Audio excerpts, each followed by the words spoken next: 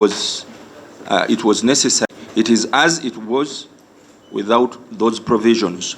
Nonetheless, we believe that government aims at having that clause incorporated when they come to present the bill. Now, Madam Chairperson, the Uganda Coffee Development Authority has been with us for the last 23 years. It is likened to an energetic man, industrious man, who is able to fend for his family. Now, government seeks to administer a slow poison to this active and highly productive man called UCODA, and that he will die in 3 years. During the 3 years, while he is a victim of this poison, he will be on his deathbed, and government seeks to prepare a successor. A successor is also bedridden, who is a brother suffering from an illness called Parkinson's disease, characterized by slow or no movements at all, with low thinking and memory capacity, and living in a rehabilitation center. Therefore, government seeks to convince us that the presumed successor, who is in a rehabilitation center for Parkinson's disease, maybe with chronic alcoholism, will carry the structure and functions of the active man called UCODA, who is on a death row. It is on that basis, therefore, that we would like this committee, which is a specialized committee of Parliament, and a committee which must persuade the Parliament either to abolish or to retain UCODA, to understand us, not only as Buganda Caucus, but as Ugandans who are engaged in the industry of coffee. Our colleagues from Elgon came here at 9, but they will be coming back maybe at 11 when you have that time. So we believe that the rationale for specialization is meant to achieve the following. 1 is efficiency, 2 is excellency, and 3 is increased productivity and profitability. Such rationale exists also in the medical or health sector. For instance, Madam Chairperson, the Mulago Hospital Complex has got all, but are some specialized facilities, not under the same umbrella, but they are super specialized and are managed as such. That is why you have the Uganda Cancer Institute. The Uganda Cancer Institute is now a super specialized facility with a regional acclaim. Same to the Uganda Heart Institute. You just imagine if at all these institutes, which are centers of excellence in the region, were under one umbrella simply because they are hosted on the same hill in Mulago Hospital. So specialization carries with it those 3 ingredients, which must be preserved even for a specialized agency which is managing a business enterprise, because coffee is not just any other thing but an international business which requires highly specialized agencies globally in this competitive and dynamic market the world over. I was also giving examples of the women hospital, children hospital. These are specialized areas similar to what we are dealing with. So we assert that coffee is an international business that requires quick and technical attention to the dynamics of the competitive global market. We also assert that the 23 years of experience and technical expertise of UCODA has gained a lot to be compressed in just 3 years if the traction gained in the production, processing, and standard quality control and market access would be maintained. So we assert that you cannot compress 23 years of gained experience in production, processing, marketing, standards, etc. in simply 3 years, and you think you are going to continue with the momentum and traction that UCDA had given the coffee sector in this country. We stand to lose specialized expertise gained from the Coffee Quality Institute, such as experts in grading coffee, processing coffee, coffee trade, quality, processing, trade and sustainability, roasters. All these are expertise which have been gained over the last 23 years that you cannot compress in 3 years and think that you can house it in a ministry that a Ministry of Agriculture that had lost credibility in the productivity potential of the rest of the crops. For doom. Expertise in laboratory certification, which we already have with UCDA, which carries with it Coffee Quality Institute of the USA, ISO 170 certification, Kenya certification. Secondly, are the coffee price guarantees. Coffee prices can only be guaranteed by active market analysts who monitor trends in global market dynamics and translates them into coffee markets locally. This is an active process that requires highly specialized, highly motivated personnel to maintain the traction, projection, and momentum in this sector. Madam Chairperson, this agency that we seek to kill, abolish immediately, but to have a death certificate in 3 years, we assert that this agency has made a tremendous contribution to the national purse. Unlike any other agency that government seeks to rationalize, this agency is making a big contribution to the national purse. That even if you do not, even if it stands alone, it can meet its own budget and even give the national purse money. The agency has generated income higher than its budget. It is a milk cow that should be maintained. With the cess and licensing alone, UCDA generated 82.2 billion Uganda shillings in the last financial year. This is well above its annual budget of 44.76 billion Uganda shillings. Which ministry can put any claim to a project arising from its existence that is giving money to the national purse directly, such as this one? So it defeats the purpose of rationalizing. It's not parasitic. It is existing with this government mutually. They are mutually beneficial, but on behalf of our people.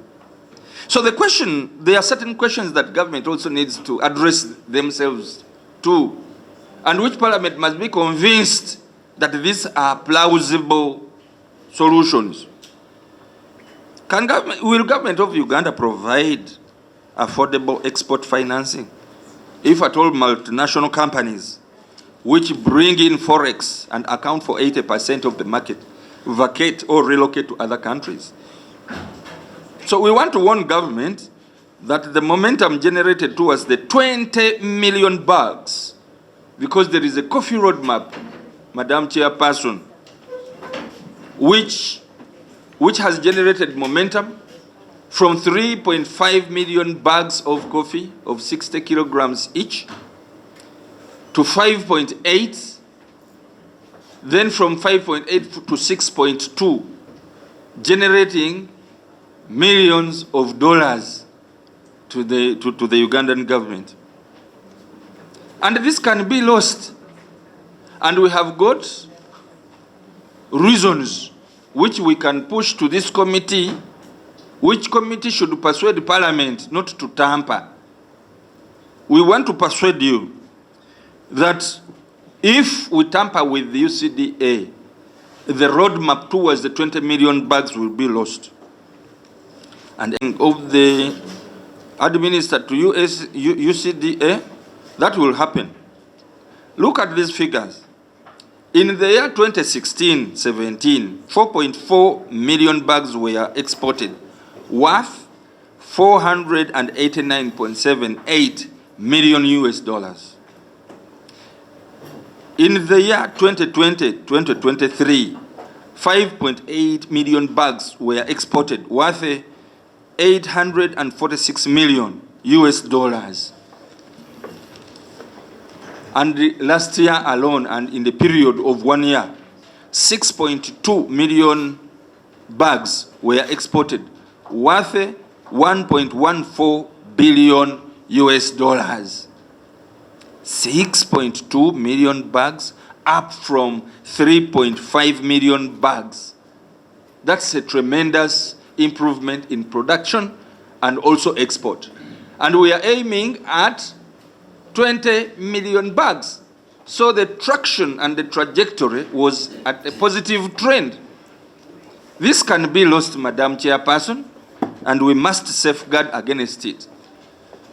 Madam Chairperson, in our presentation, we give you various countries, actors in the international coffee market, and therefore have better experiences than we have. Uganda is trying to tinker with its already beautiful projections, but certain other countries are also managing coffee the way we have been managing and making observations of improvements. Brazil has got a Brazilian Coffee Institute.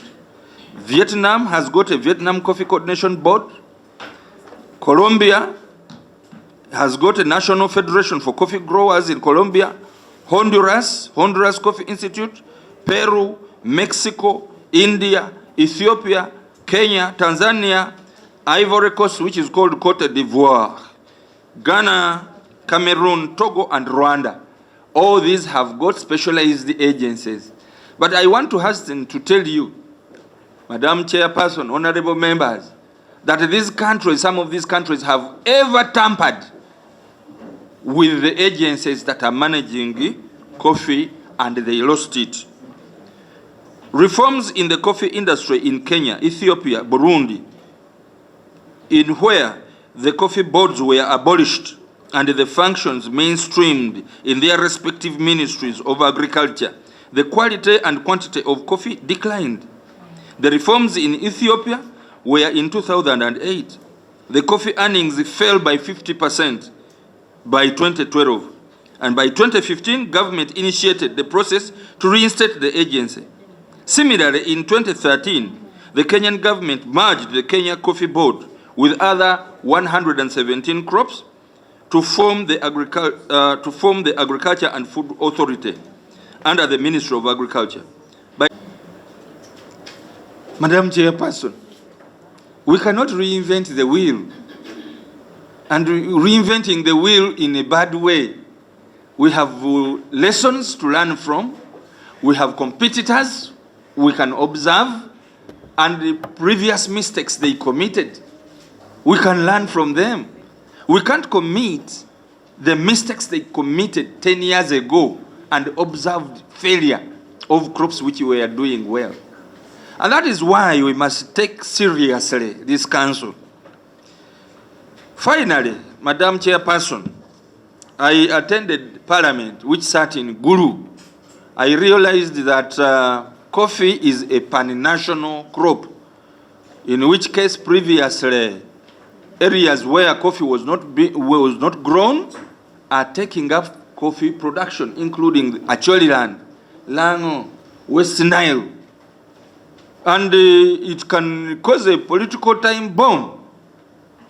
Abolishing UCDA, which was the nexus between production and export, is to say that those areas which had peaked coffee production will have to wind up business.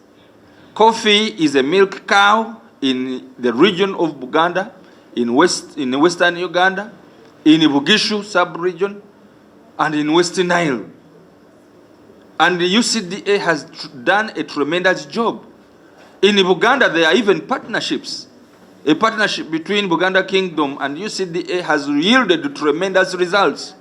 People have taken to coffee production. And that's why we are boasting of increasing the number of bags that we are producing and earning for Uganda lots of money in export earnings. Actually, it could be the reasons why the dollar is falling in value and the shilling is gaining because of coffee export. So risking because of certain areas where we have not understood very well on part of government would be a risky venture which this committee should not allow to be lost. Parliament has all the power to make the laws and to ensure that the people and Parliament have got a nexus and they work in tandem.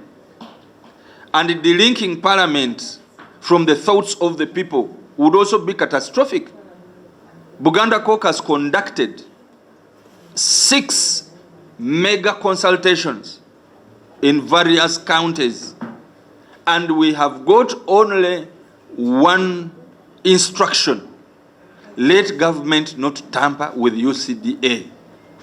And it is on that basis that we reject the idea that UCDA be abolished or its function be absorbed into the mainstream ministry, which is ailing, dysfunctional, and incapable of producing the results and the traction and projection that UCDA was producing for us.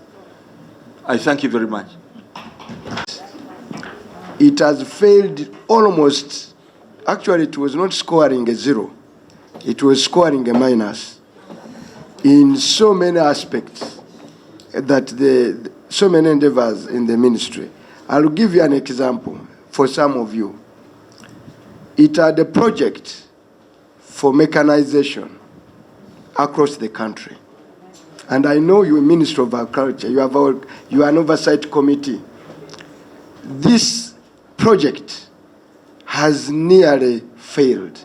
Can you believe experts importing tractors, experts without hydraulic system?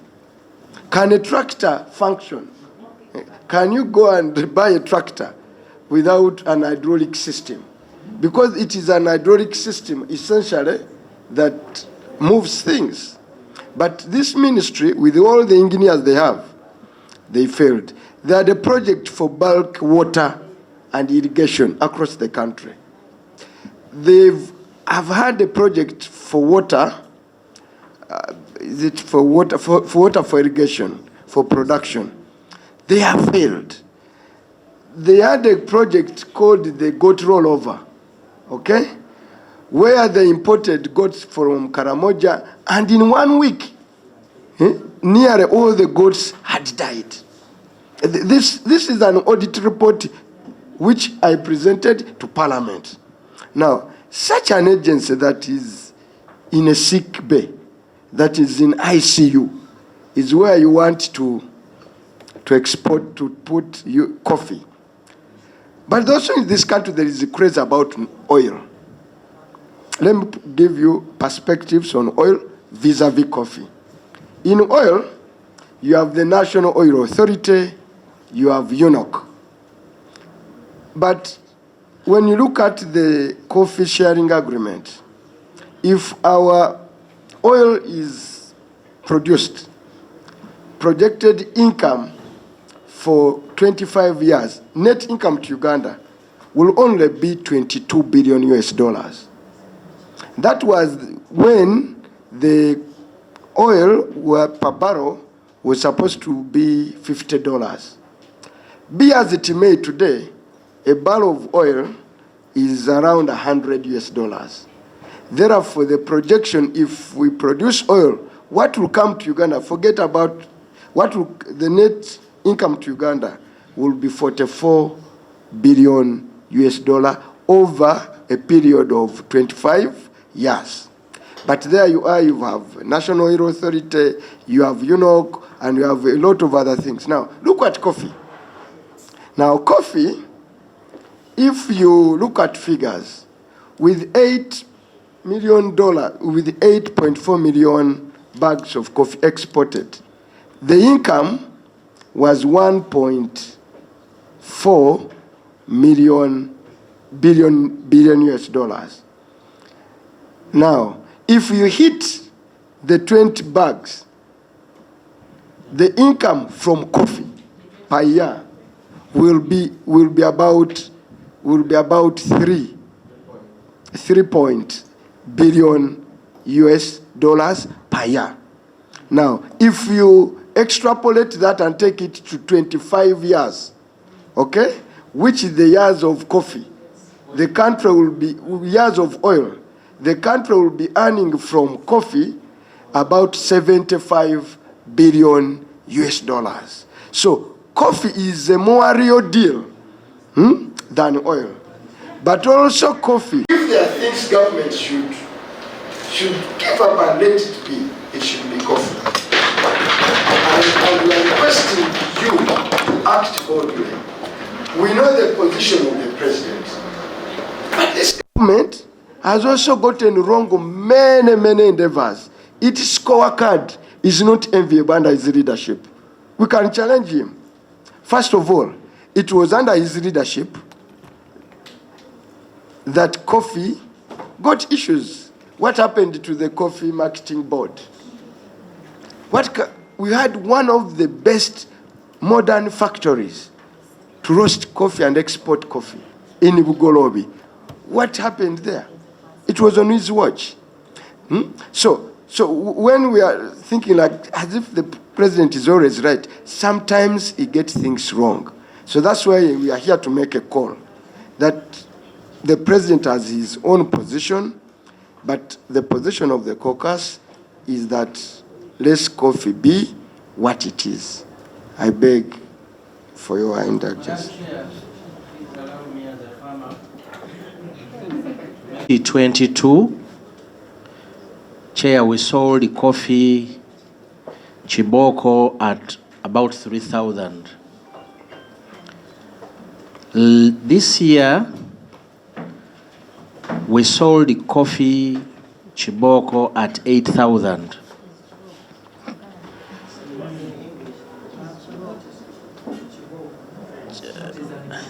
Unprocessed coffee from at the farm. The processed one was selling it at 6,000, Madam Chair, 2 years ago, and now this year we are selling it at 14,000. There is a boost in the incomes of coffee farmers currently. And this boost is related to the climate vagaries in Brazil, which are projected that they might take another 5 years. So we anticipate that coffee prices are going to continue going up. At a time when a government should have acted to ensure that many more people get involved in this business. Madam Chair, I'll give a simple calculation. The educated, employed youth in this country get about 1 million shillings, the lucky ones. That is 12 millions a year. Madam Chair, we get more than 15 millions in 1 acre out of coffee in one season. So it implies that coffee can employ very many more Ugandans if government invested right. Now, I feel bad that the major source of income for the unemployed Ugandans is being bundled together with the policy of government of rationalization without any thinking about what is going to happen. Because what is going to happen, Madam Chair, for us to know the prices on what we are going, because coffee prices change every day. Every day. We might sell at 14,000 and others sell at 15,000 in the evening. But who tells us those prices? Who is looking on the board on the international market to ensure that farmers get the right prices? It is UCDA. Who negotiates with, who deals with our exporters? Because without exportation, because I'll give you a simple example, Chair. If exportation drew and people are not exporting for 1 month, just like this, prices go down drastically. Even if it is 1 day, prices go down significantly. We do not consume the coffee we plant here. We don't. It is an international market. It is the international market that we sell this coffee. We shouldn't be playing with this. And it is my prayer, Madam Chair, if this government wish well for the people of Uganda who earn from coffee, this is like Murago Hospital in terms of income. You don't tamper with a referral hospital. You have to keep this agency. It's not like other agency. Even if government is trying to say that they will save money, but it is not even money they are saving.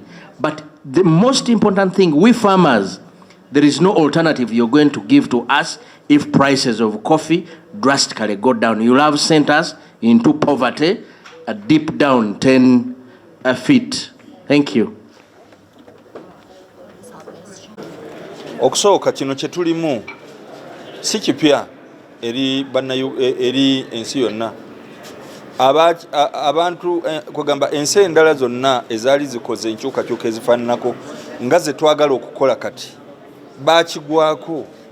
Amawanga ago gajjawo ebitongole ebyali bidduukanya okulimisa, okusunsula n'okuteekawo omutindo ate n'okunoonya obutale.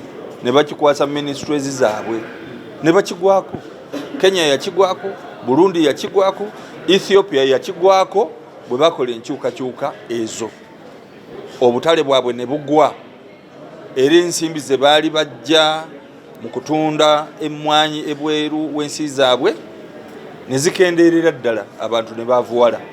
Kakati baali musengavudde mu ngazzeemu ne batandika okuzzaawo ebitongole ebyo. N'olwekyo kye tulimu si kipya. Bali abaagwa ku kyokya tetwandiyagadde kusembeera ne we bali, kubanga tusobola bulungi nnyo okuyigira ku ebyo bye baatuukako.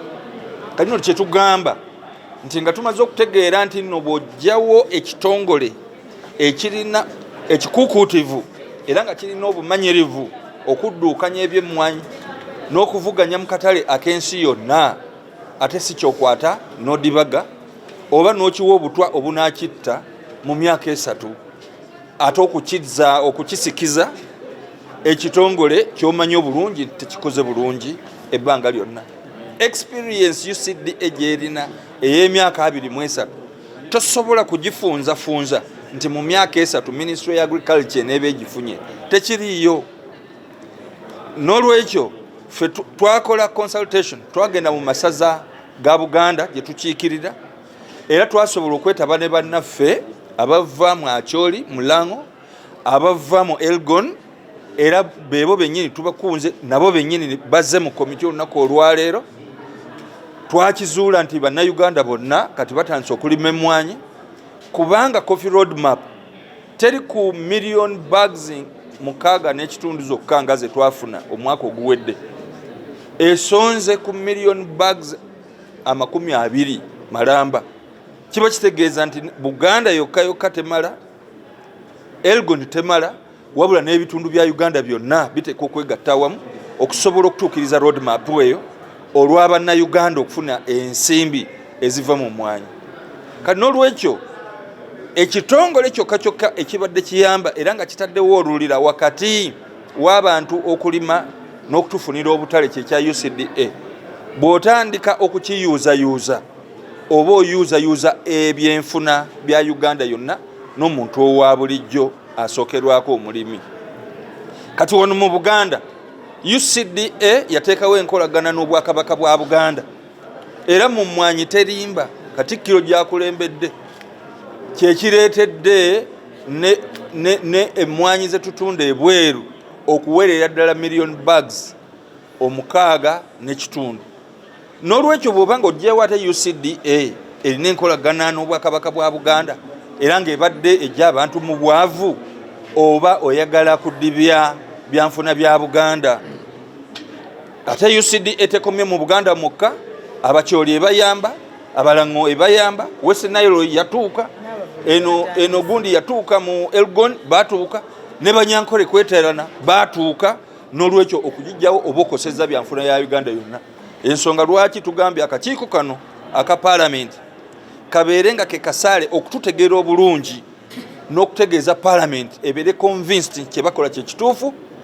UCDA tuleme kugijjako, tuleme kugijjawo, kugidibaga oba kugitta, wabula okwongera okugifukirira esobole okuyitimuka ate twale ekirime mu maaso.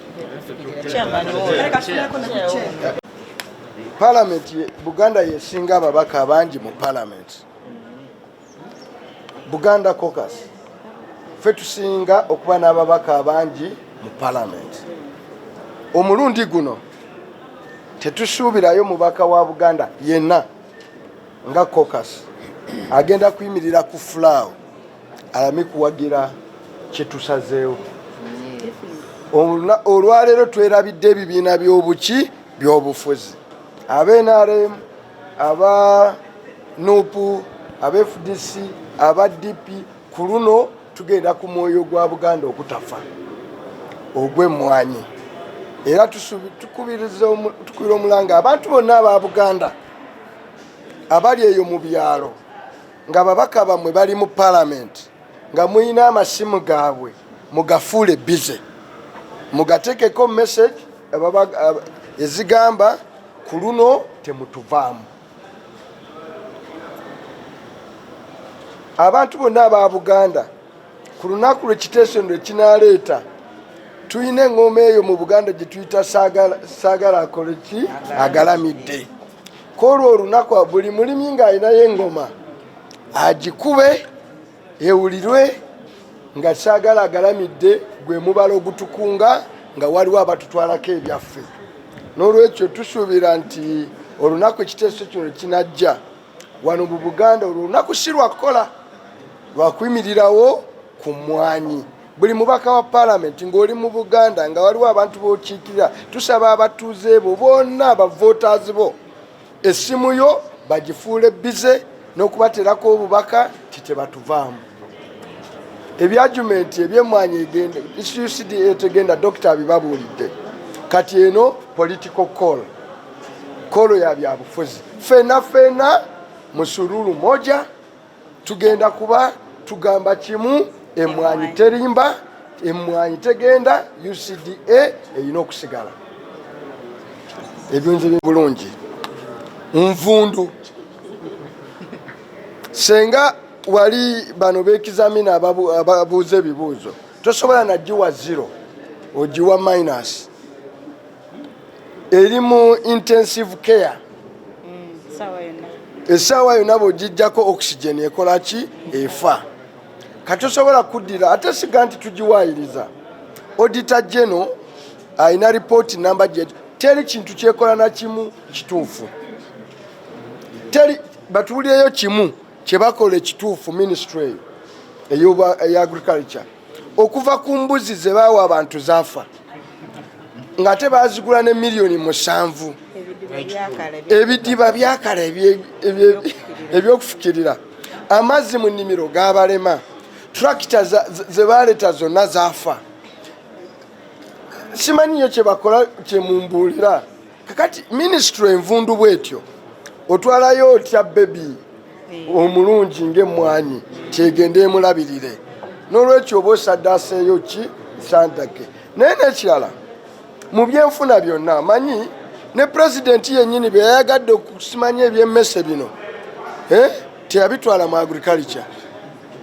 Pulezidenti yennyini oba akkiriza kale emmese z'amaseminero azitwale mu agriculture. Oba emmese tewazitwalayo lwaki otwalayo emmwanyi?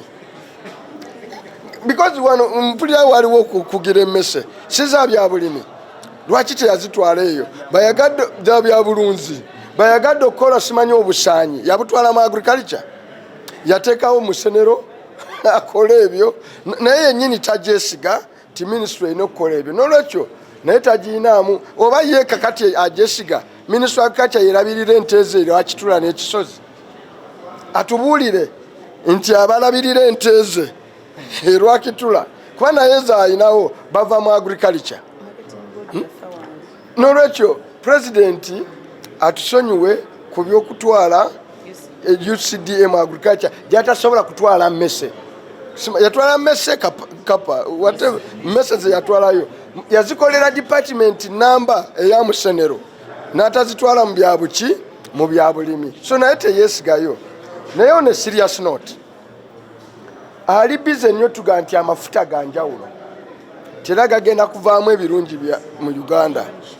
Ne amafuta gonna nga tugasimye ge tuyina Uganda egenda kufunamu $1 billion 2 mu meka mu 2 mu myaka 2 mu 5. Bokola average kitegeeza nti buli mwaka amafuta basooka nga bagabaliridde nga gajja gatuwa $1 million nga 4 ku 5 mu myaka 2. N'olwekyo awo n'ateekawo National Oil Company n'ateekawo UNOCO n'ateekako biki naye emmwanyi senga tunaafuna $1 million 20. Ko argument gye babagamba nti kana akatale akaliwo kakiwoomereze nno. Abannayuganda bongedde okusimba emmwanyi nnyingi ti akatale ne bekanaka volume y'emmwanyi tujja kuba naki na nnene. So tujja kuba tuleveraging on economies of scale kwa tujja kuba tulina emmwanyi ki nnyingi. Ekirala ensi nnyingi zongedde okunywa kaawa. China yali tanywa kaawa ng'enywa majaane kati yemu kuzinywa ki kaawa. Kyova olaba Vietnam eyajjanga endokwa yazijja mu Uganda nezitwala emyaka egiyise neteekawo UCDA yaayo kati esinga Uganda okula ki okutunda emmwanyi katale konna. N'olwekyo emmwanyi mu myaka 25 nga tusima amafuta nga tugira emmwanyi ku $1 million 2 ejja kuba etuwa billion za Uganda as billion nga 7.5.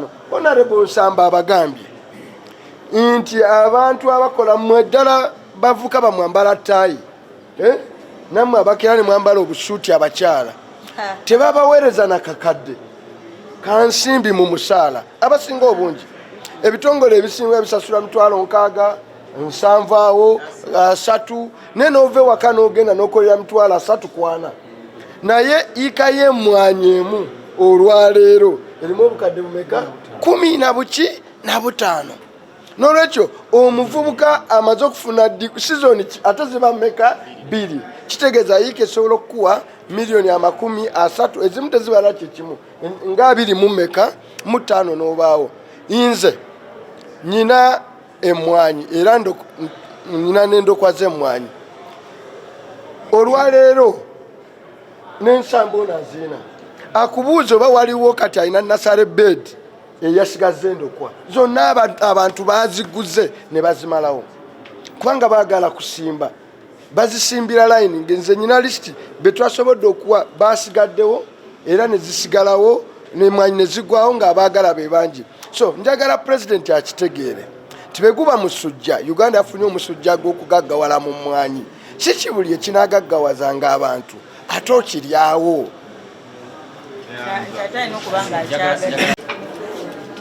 Basooka ne bajja ssente mu kutuwa ensigo ne tubeera wano nga tebatuwa nsigo. Olwaleero ensigo eyali ku siringi 10 kati olwaleero katale abalimi bagiguze 32,500. Abalimi abasobola 32,500 okusimba yiika abatono kati abo ne baakiivinga. Kitegeeza abagagga be bagenda okusigala muki mu mmwanyi. Ekyokubiri wano Lwaboogo ne Tugume batandise kikampani ekyo mubagenda ku processinga mmwanyi. UCDA bagiwadde billion 2 mu kwota ewedde. Ekyo kikampani kya Tugume ne bakiwa billion 7.5. Season ewedde omwaka oguwedde kampani ya Tugume yafuna billion 4, UCDA nefuna billion 8. kakati pulaani yonna yakulaba nti ababadde batandise okufuna olwa UCDA baavuwala.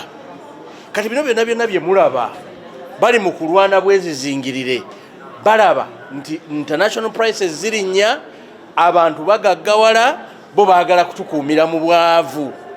Era pulaani zonna kubanga teri muntu yenna, gavumenti yonna, abantu bo nga bali mu kufuna waali badde akwatirwa nsaalwa. Ekasanda abantu bwe baatandika okufuna mu golodi, Mwami Museveni ne famire ne bafuna ensaalwa mu golodi ne batugobamu. Kakati na kino kye baliko, abaali mu byennyanja ne bakola ensaalwa ne babakola ki, ne babagobayo. Twagala kusaba Mwami Museveni bwe mugaggawadde ekimala, ene mwanyi mugitulekere, abantu baffe nabo babeere mu nsi muno nga tebalinga bapangisa. Kati abaana bangi abalinnye ennyonyi ne babatwala okugenda okukola obwayaaya mu Buwarabu, naye omwana ssente zajjayo tezenkanankana na ssente mwana gwalesse wano ng'alima mmwanyi agenda. Kakati palamenti eno ekisanja kyayo kya 2026 twagala tukole emirimu mu kisanja kino. Tewali nsonga yonna lwaki omuntu yandibaddeawo emyaka 3. Ffe tulowooza nti abalijja after egyo emyaka 3 bwe girituukirawo bwalibeerawo obwetaavu, maybe baliwo ensonga zaabwe. For now ffe tulowooza nti tewali nsonga yonna yeetaagisa kugatta kitongole ky'ebyemmwanyi kya UCDA ku ministry y'ebyobulimi. Era ye stand yaffe, ye position yaffe, ensonga lwaki twabayita ne tubategeeza nga Buganda Parliamentary Caucus n'abaka Parliament ab'enjawulo kinoomu. Era olwaleero kitutule mu kakiiko ako kubanga ebbaga eryo lyakomezebwawo. Mu kukomezebwawo ng'abakulu batudde eyo mu maka g'obwa president ne bagamba nti bongezeeyo emyaka, bakiwe ebbanga lya myaka 3. Ekyo kitegeeza nti already nabo bakirabye nti tekyetaagisa, kyebavudde bateekawo period ey'emyaka emeka 3. Bwe kiba nno nga namwe mukirabye nti tekyetaaga kugatta ku ministry, kisigale bwe kityo kubanga ne ministry yennyini tebanga kwongera obuvunaanyizibwa ku byemmwanyi mu mbeera ey'okuzitunda okukola kikubanga before waliwo Coffee Marketing Board, kakati waliwo UCDA. Ate nga UCDA ebadde tekoze bubi, Uganda ebadde erina weetuuse ku byemmwanyi. Kakati kino kitaataaganya abali mu bulimi bw'emmwanyi n'abali mu busuubuzi bw'emmwanyi. Naye n'ensonga za certificates ez'enjawulo UCDA already zebadde nazo, kitegeeza muddamu buto. Ate kugamba ministry ejja kuddamu buto mu process UCDA gye yayitamu edda. Kati nga byonna obiraba nga tebyetaagisa. Bwe tuba nga tukolera Uganda n'enkulaakulana yaayo, ng'ate enkulaakulana yaayo yeesigamye nnyo ku byobulimi, twandibadde tutunuulira nnyo ebyobulimi mu galubindi ndala, mu lenses ndala, ebintu byonna tebisobola kufaanagana. Ate n'ekigendererwa abakulu batutegeeza naffe kye tuwagira ekyokugamba nti tukendeze ku nsaasaanya ya gavumenti, naye ate tuleme kwekweka mu kugatta bitongole bino eby'omuzinzi ng'ate omuntu oyongeza ba RDC, ba assistant RDC, baani ogenda na kuteekawo kanso ya Swahili. Kakati ogenda teekawo kanso ya Swahili ng'egenda kusaasanyizibwako ssente, naye ng'ate wabaddewo ekiteeka ssente mu economy, ate ogamba kyo okijjawo okukigatta. Nsonga ki gwe bw'otunuuliramu tugambe oludda luno teekako UCDA y'ebyemmwanyi n'emmwanyi kye zigasizza bannayuganda, n'oteekawo kanso ya Swahili, golaba bifaanagana? N'ogaa nti oyongezza otaddewo ne ba-assistant RDCs. Omugaso gwabwe gw'amaanyi guli luddawa bw'oba ng'ogeraageranya ne UCDA ekwata ku byemmwanyi, bw'oba ng'ogeraageranya ne ku kitongole ky'amata, bw'oba ng'ogeraageranya ne ku kitongole kya ppamba? Tubeere beerufu, tubeere benkanya. Kitya okutumbula ekirime ky'emmwanyi ekiyambye abantu bekyotera okukolagana n'Uganda okutwaliza wamu era lwaki kya mugaso? Kati ekitongole kya UCDA kimaze emyaka egisukka mu 2 ne kikuguka mu katale k'emmwanyi mu nsi yonna, ne kiguguka mu ebirimisa bitukozesa mu mmwanyi. kwegamba abantu actually badde bafuna n'emmwanyi ng'abantu bagabira emmwanyi ffe ng'abakulembeze ng'ofunayo emmwanyi okuva mu UCDA n'ogenda n'ogabira abantu bo kyetugenze okukanya nga tekikyaliwo kubanga abantu baffe bategeera emmwanyi ate twebaza Ssaabasajja Kabaka we yaleeta ekyemmwanyi terimba ate ne beeyongera okitegeera nnyo n'omugaso gwayo sizona eno owedde abantu bakoze ssente mu mmwanyi abantu bazizza abaana ku masomero abantu bafunye ssente ezeebeezawo mu bulamu obw'obulijjo omanyi kirabika abakulembeze bano bategeera ekintu nti omugagga tafugika so we balabye nti n'abantu ssente kye basigazza kyakufuna ssente mu mmwanyi ate nga ekisobozesezza okubeerawo embeera eno okulaba nga emmwanyi erinnya omutindo nti mu nsi yonna emmwanyi ya Uganda ekutta akati kitongole kya UCDA kubanga kitaddewo embeera okulaba nga abantu bagifunamu n'olwekyo tulowooza nti olutalo luno lwe tulimu lutalo lunene lutalo lwatandika dda nga lutandise ku Piniti ne tulwana ne tuluwangula bwe balaba nga ekyo kiganya ate nga Piniti tetumumanyi tubuuzizza yaani ne bagamba katuyite mu ngeri endala ne bajja ekitongole kino kye balaba nti kyekiyimirizaawo omutindo gw'emmwanyi kyekiyimirizaawo abantu okubanga bafuna mu mmwanyi gye basimba ne bagala ekitongole kikole kiveewo ne tulwana olutalo olwokubiri naye ne tuluwangula neera bakomyewo ku lutalo olwokusatu n'olwekyo ffe tugamba nti nze ndi munnamateeka tosobola kukola tteeka eddungi ng'ogamba ligenda kugasa abantu n'obagamba kale etteeka kandikole leero naye lijja ttandika kukola myaka 3 eryo liba terikyali tteeka ligasa bantu ki ekigganya okulinda egyo emyaka 3 otereeza ebyo byonna by'owulira nti oyagala bitereeza olyoka okola etteeka ffe tulowooza nti ekyo kiguumaaza kubanga we banaalikola ne liyita saawa eno bbiru gye tulina kweno eddakiika teriimu commencement date ekyetaagisibwa mu tteeka ekitegeeza etteeka teriraga nti commencement date ejja kuba ng'emyaka 3 giyiseewo kitegeeza nti bali mu kiguumaaza n'olwekyo ffe tugamba n'egyo emyaka 3 tetugyetaaga UCDA esobodde okuleeta ssente mu byenfuna by'eggwanga wabula talidde buli byanfuna by'eggwanga tulabye nga bajeti ya UCDA yokka ntono n'okusinga ssente zeetuwa ng'eggwanga n'olwekyo nga tetunnakola birala kubanga nze ntula kakiiko ka genda cabinet yayisiza waiver newa Kiswahili Council newa Ministry ya Gender waiver esobola okuteekawo council ate nga mu budde bwennyini bali mu kujjawo zi council ekyo twakiwakanya mu komite dakiika y'emu otulaga nti ate oyagala ekitongole ekiriisa eggwanga kyokijjewo n'olwekyo kitegeeza nti bano abantu balina ekigendererwa ekyabwe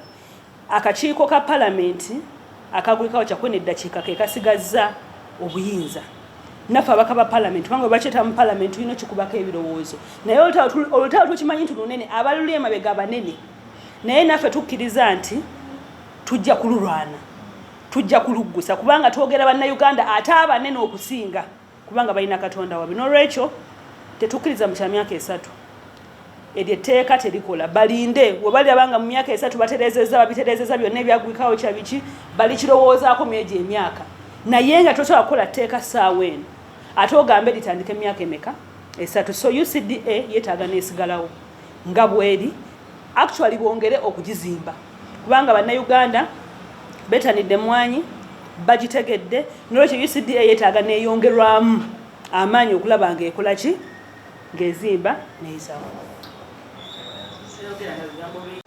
enteekateeka y'okugatta UCDA ekitongole ky'emmwanyi wansi wa Ministry of Agriculture egattako ki erina buzibu kikabi kyakali mu nsonga eyo ekisookera ddala ngaffe naddala abava wano mu Buganda tetukikkiririzaamu tugenda nnyo naddala Mengo kyebeesazeewo because be bakama baffe be batusindika wano programu ya mmwanyi terimba esinzidde nnyo amaanyi ng'egafuna mu UCDA so ekitongole ekyo twagala kisigale nga kyetengeredde nga tekiri wansi wa ministry lwe kifune embavu ate naffe lwe tusobola okiganyulwamu gavumenti kyesobola otukolera kwe kwongera ssente mu mmwanyi nga tezitadde mu Ministry ya Agriculture wabula ate ekyo ekitongole ekyongere kivujjirira ekiwe ssente ezitripling kibeere nga kiperforminga better than we kiri kati.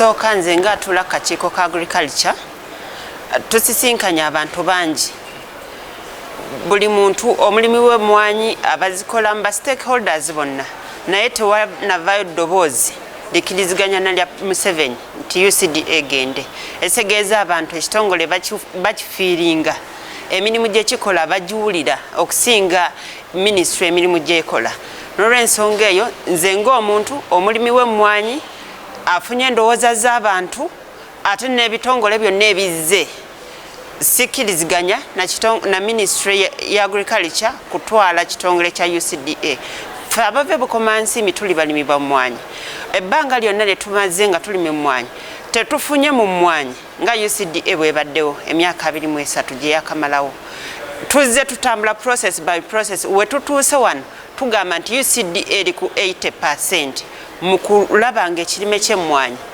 kituuka ku mutindo gwe kiriko ate saawa eno gavumenti we yandiyongedde amaanyi mu UCDA okulaba nga emmwanyi efuuka kyattunzi nnyo nga yeeyongerako okuba ekyattunzi ate bwe yagala okugyawo ekitongole ekigifudde weeri kati n'olw'ensonga tugenda kulwana ne bwe banaayita obukiiko babuyise n'essaawa eno bachairpersons baffe bali mu meeting enkya bagenda wa Museveni olw'ensonga y'emmwanyi naye naffe tugenda kuyimirira ku ddoboozi ly'abantu tubalwanirire ne bwe banaakola ripooti etawaki tugenda kujja ne minority tuleete endowooza z'abantu ze tufunye ate naffe ze tulabirako ddala UCDA zeekoze okutumbula ekirime ky'emmwanyi.